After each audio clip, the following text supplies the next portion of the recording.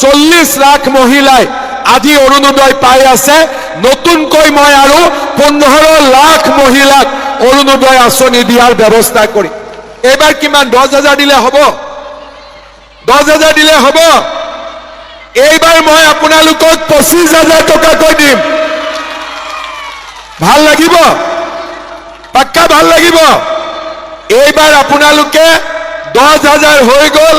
এইবাৰ আপোনালোকক আমি 25,000 টকাকৈ দিয়াৰ ব্যৱস্থা কৰিম। মই কি ক'লো? যোনে অৰুণোদয় পোৱা নাই সকলোৱে অৰুণোদয় পাব, হ'ব? আৰু যোনে আগতে 10,000 পাইছে এইবাৰ পুটুং কৰি 25,000 আহি যাব, হ'ব? 100 টকা দালি চেনি নিমখ দিলো। এইবাৰ আমি নতুনকৈ কি লগত লগাই দিম? কি লগাই দিম? আধা লিটাৰ নে 1 লিটাৰ? পুৰা 1 লিটাৰ। বাপৰে, সঁচাই লাগিব নে 1 লিটাৰ? তাৰ মানে চাউল পালো, দালি পালো, চেনি পালো, নিমখ পালো, লগত আমি 1 লিটাৰ মিঠাতেলো পালো। হল 25,000 পালো, লগত এইবিলাক বিনামূলীয়াকৈ পালো। আৰু এটা মই এইবাৰ আপোনালোকক কাম কৰি দিম। আমাৰ যে ল'ৰা ছোৱালীয়ে পঢ়ে, আমি নিযুত মইনা দিলো, নিযুত বাবু দিলো, কিন্তু এইবাৰ মই নিযুত বাবু বঢ়াই দিম, নিযুত মইনাও বঢ়াই দিম। ল'ৰা ছোৱালীৰ পঢ়াৰ খৰচ দেউতাক মাকে ল'ব নালাগে, সব মামাই ল'ব। ভাল হ'ব নে বেয়া হ'ব? ভাল হ'ব। আৰু এটা আমাক কি লাগিব? যিসকলে ঘৰ নাই পোৱা তেওঁলোকক এইবাৰ ঘৰ লাগিব। মই ঠিক মনত আছে নে নাই মোৰ? তাৰ মানে এইবাৰ আমি বিজেপিক ভোট দিম, 2 লাখ ল'ৰা ছোৱালীয়ে চাকৰি পাব। কিন্তু মোৰ এটা কণ্ডিশ্যন আছে। এইবাৰ চাকৰি পাওঁতে মই ল'ৰা ছোৱালীক কম, চাকৰি পোৱাৰ এবছৰৰ ভিতৰত বোৱাৰী ঘৰত আনিবই লাগিব, হ'ব? নহ'লে মাক বাপেকে ৰখি থাকে, বিয়া নাপাতে আজিকালি। সেইকাৰণে 1 বছৰৰ ভিতৰত বিয়া পাতিব লাগিব, হ'ব? সেইটো আজি এইবাৰ একদম লিখি দিম। আৰু লগতে আৰু এটা কি কৰিব লাগিব?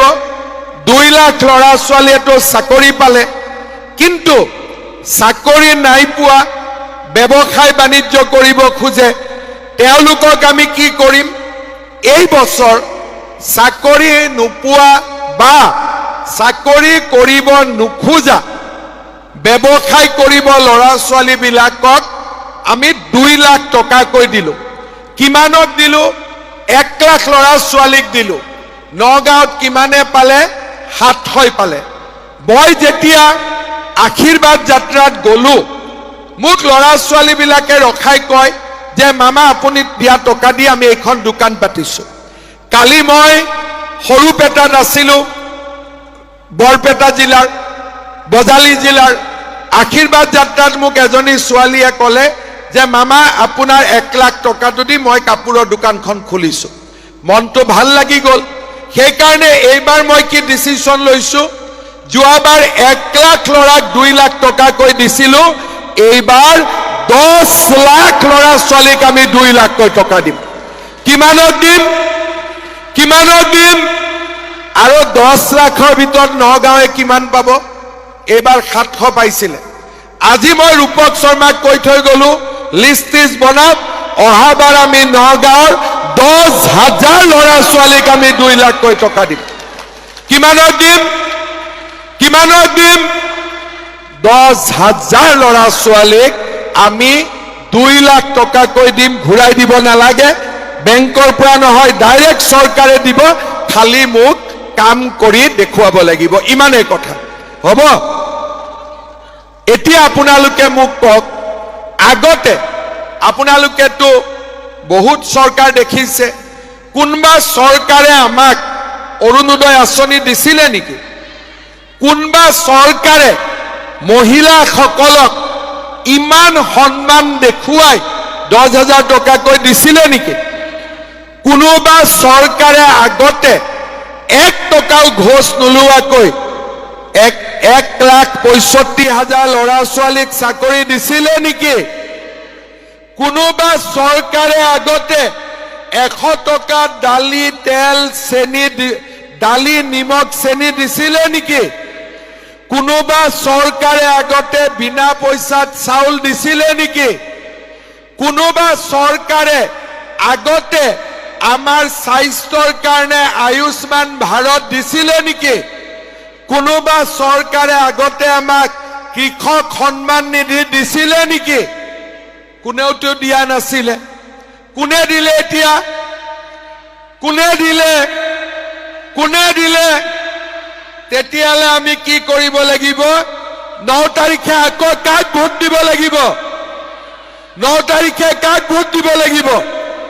এতিয়া আপোনালোকে মোক কওক, নগাঁৱত আগতে দুৰ্লভ চমুৱা MLA আছিল আৰু এতিয়া ৰূপক শৰ্মা MLA। ৰূপক শৰ্মাই যিমান নগাঁৱৰ কাৰণে কাম কৰিলে তাৰ 10% কংগ্ৰেছৰ দিনত হৈছিলে নেকি? হৈছিলে নেকি? একদম মনৰ পৰা কওক, হৈছিলে নেকি?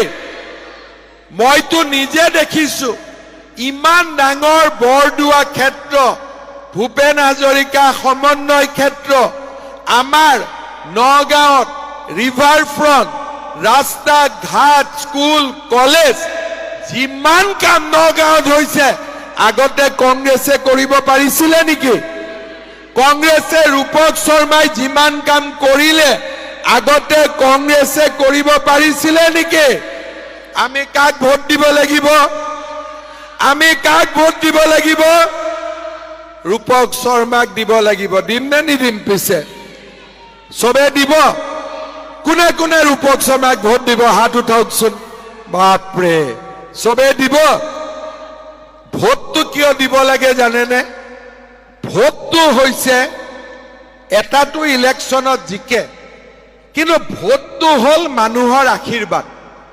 যেতিয়া মানুহে নিজে মনেদি কাবাক ভোট দিয়ে, সেই ভোটবিলাক দোৱা আৰু আশীৰ্বাদ হৈ যায়। আৰু যেতিয়া মানুহৰ আশীৰ্বাদ কাৰোবাৰ লগত থাকে, সি কোনো বাধা নামানে, সি ৰাইজৰ কাম কৰিবই, তাত কোনো সন্দেহ নাই। আজি আপোনালোকে মোক কওক যে 1 লাখ চাকৰি কেনেকে দিলোহেঁতেন যদি ৰাইজৰ আশীৰ্বাদ নাথাকিলেহেঁতেন? আজি ৰাইজৰ আশীৰ্বাদ নহলে একো কাম নহয়। আপোনালোকৰ ভোটবিলাকে হৈছে আমাৰ আশীৰ্বাদ। আপোনালোকে যেতিয়া ভোট দিব, বেলটত মেচিনত চিন মাৰিব, এইবিলাক আমাৰ কাৰণে এটা এটা শক্তিলৈ ৰূপান্তৰ হয়, মহাশক্তিলৈ ৰূপান্তৰ হয়। আৰু সেই শক্তিক লৈয়ে আমি আগুৱাই যাওঁ। কেতিয়াবা মোক কোনোবাই সোধে যে মামা আপোনাৰ ভাগৰ নালাগে নেকি? মই কৈছো মানুহৰ ইমান মৰম, ভাগৰ লাগিবই নিদিয়ে, কাম কৰিয়ে গৈ থাকিব লাগিব। ভাগৰ কেতিয়া লাগে? যেতিয়া মানুহে গালি পাৰে। ভাগৰ কেতিয়া লাগে? যেতিয়া মানুহে সমালোচনা কৰে, যেতিয়া মানুহে মৰম কৰে। কাবাৰ ভাগৰ লাগিব পাৰে নেকি? আপোনালোকে কওকচোন, পাৰে নেকি ভাগৰ লাগিব? সেইকাৰণে বিজেপিৰ ভাগৰ নালাগে। বিজেপিয়ে এটাৰ পিছত এটা অসমৰ কাৰণে কাম কৰি গৈ থাকিব আৰু অসমখনক আগুৱাই লৈ গৈ থাকিব। এইটোৱে হৈছে বিজেপিৰ সংকল্প, এয়াই হৈছে বিজেপিৰ প্ৰতিজ্ঞা। শ্ৰদ্ধাৰ ৰাইজ, নগাঁৱত আমি যিমান পৰিৱৰ্তন দেখিছো, সেই পৰিৱৰ্তন আগত কেতিয়াও সম্ভৱ হোৱা নাছিল। এইবাৰ আমি যোৱা 10 বছৰত নগাঁৱত আমি ভাবিব নোৱাৰা পৰিৱৰ্তন দেখিছো। মোৰ মনত এতিয়া এটা ইচ্ছা আছে, সেইটো হ'ল যে নগাঁও আৰু গুৱাহাটীৰ মাজত আমি যদি যাওঁ, আমাক 2 ঘণ্টাৰ পৰা 2.5 ঘণ্টা সময় লাগে। এতিয়া মোৰ মনত ইচ্ছা আছে যে ৰাস্তা পোন কৰি নগাঁও আৰু গুৱাহাটীৰ মাজত 1.5 ঘণ্টাৰ ভিতৰত আমি পোৱাৰ ব্যৱস্থা কৰিব লাগে। তাৰ কাৰণে মই নতুন প্লেনিং কৰি আছো, এক্সপ্ৰেছ হাইৱে নগাঁও আৰু গুৱাহাটীৰ মাজত, যাতে ফটাফট আমি ৰাতিপুৱা গুৱাহাটীত যোনে কাম কৰে নগাঁৱত গুৱাহাটীত ভাড়া ঘৰ ল'ব নালাগে ৰাতিপুৱা নগাঁৱৰ পৰা গুৱাহাটীত যাব অফিচ কৰি নগাঁও আহিব কি বনাব খুজিছো মই নগাঁও আৰু গুৱাহাটীৰ মাজত এক্সপ্ৰেছ হাইৱে যাতে গুৱাহাটী আৰু নগাঁৱৰ মাজত